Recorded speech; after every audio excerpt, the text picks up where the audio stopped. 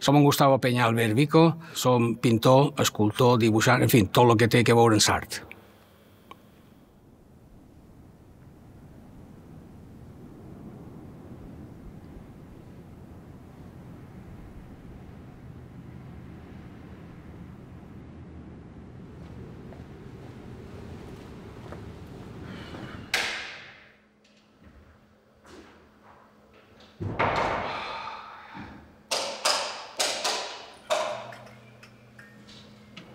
Sempre he estat una persona que, quan venia de l'escola, el que m'agradava era agafar fulles i blocs i pinturetes i dibuixar i pintar, sempre. La primera exposició sèria va ser a Palma l'any 63. I després ja la primera me'n vaig anar a Brussel·les i la primera que vaig fer a l'estranger va ser a Amberes. I així. Fins a més de 150 exposicions individuals i viatges per tot el món.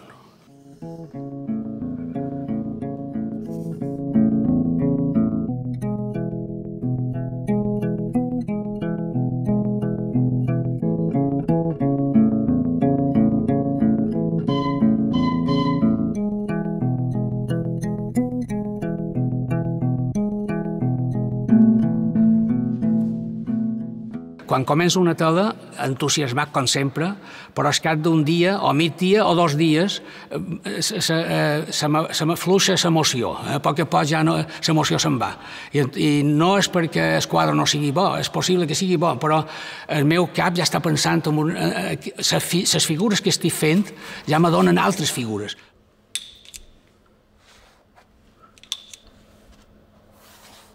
Entonces, si veig que una tela ja no li tenc unes ganes, agafo una altra tela. I el pitjor que puc tenir dins l'estudi és tenir teles en blanc. Teles en blanc, això és com un xeque en blanc. O sigui, agafar una tela i posa-la a la paret, els penja a la paret, el cavallete per jo només és una cosa per mostrar el quadre acabat. I entonces me'n vaig a la taula i faig dibuixos nous.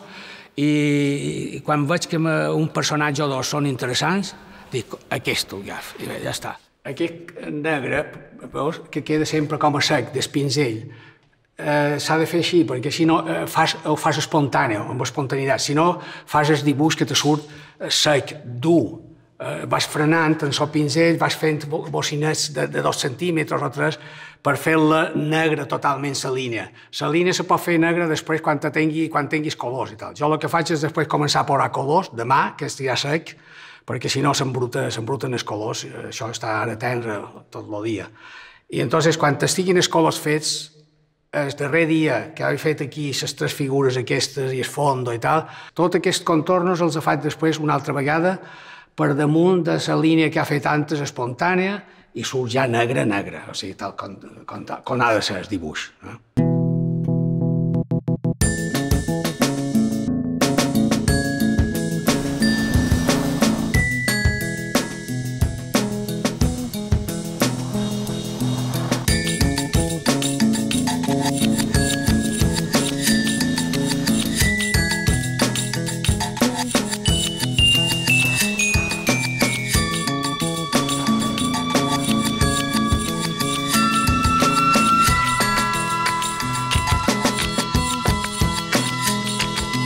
A partir d'aquesta línia, de l'horitzó de la muntanya d'aquí enfront, tot això anirà en colors. I tot el de baix ho faré amb un castany oscur, tot el fondo, els trajes, les faldes aquestes en negre, les cames aquestes amb un gris oscur.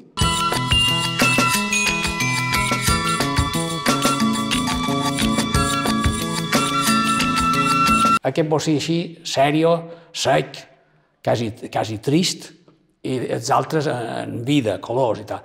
Sempre intento aquestes coses un poc entre infantil i personal meu, de cercar una provocació que me doni una alegria per continuar el quadre, la tela. És una cosa que no té sentit a vegades, però mira, ja no fas algo que avorrit. Ja està.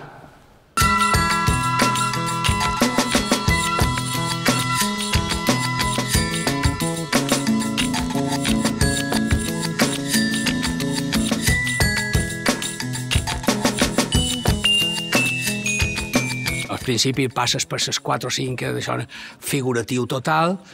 L'any 63 eren carrers i els pobles i Galilea i tot això, la primera exposició, i així. I a Pelaires vaig tenir una fase d'un any o dos en poemes d'en García Lorca. Després vaig passar a una exposició que vaig fer allà baix, que va tenir molt d'èxit, la gent va dir quina força, que és interessant i tal, que era, jo li vaig dir, un neocubismo, i eren quasi tots retratos de gent.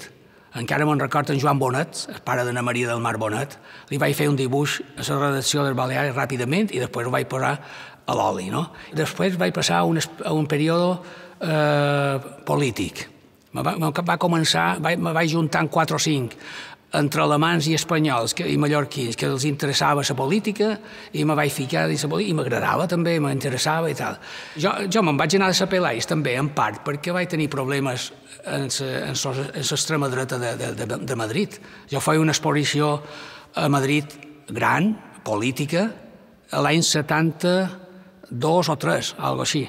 I van rompre un quadre de 2 metres meus que estava centrada en el hall i ho van treure en el carrer i a guinevetades ho van rompre.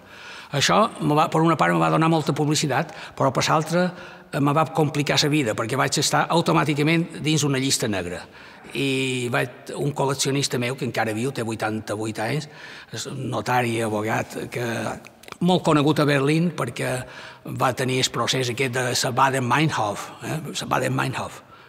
i dels terroristes aquest i tal, i se va fer molt famós amb aquesta cosa. Aquesta és que me va dir, Gustavo, vine, jo tinc una buhardilla, la pots emplear, i ja està. I vaig estar 6 o 7 mesos en aquella buhardilla, una habitació dormia i l'altra habitació pintava, però a tope, cada dia, diumenges, és igual.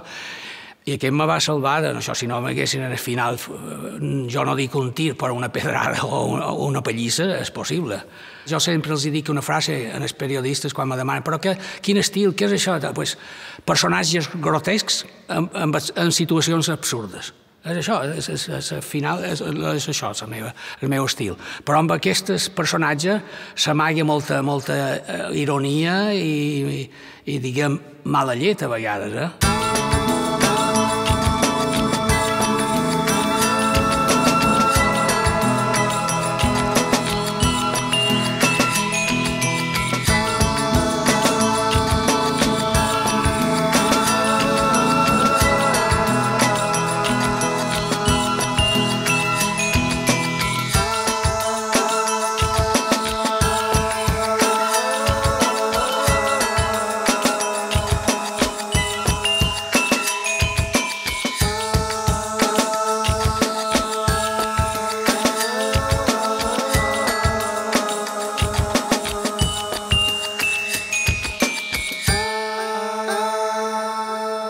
La música ja és el més interessant que me pot passar. És com si tinguessis un cafè amb llet i no tens tassa. En el final, la tassa seria la música. I el cafè amb llet, la pintura, no? És una cosa... Sempre m'interessa molt els cantautors, el Jacques Brel, com a persona, com a cantant, com a persona que vila, que pensa, que ha llegit molt, ha viscut molt.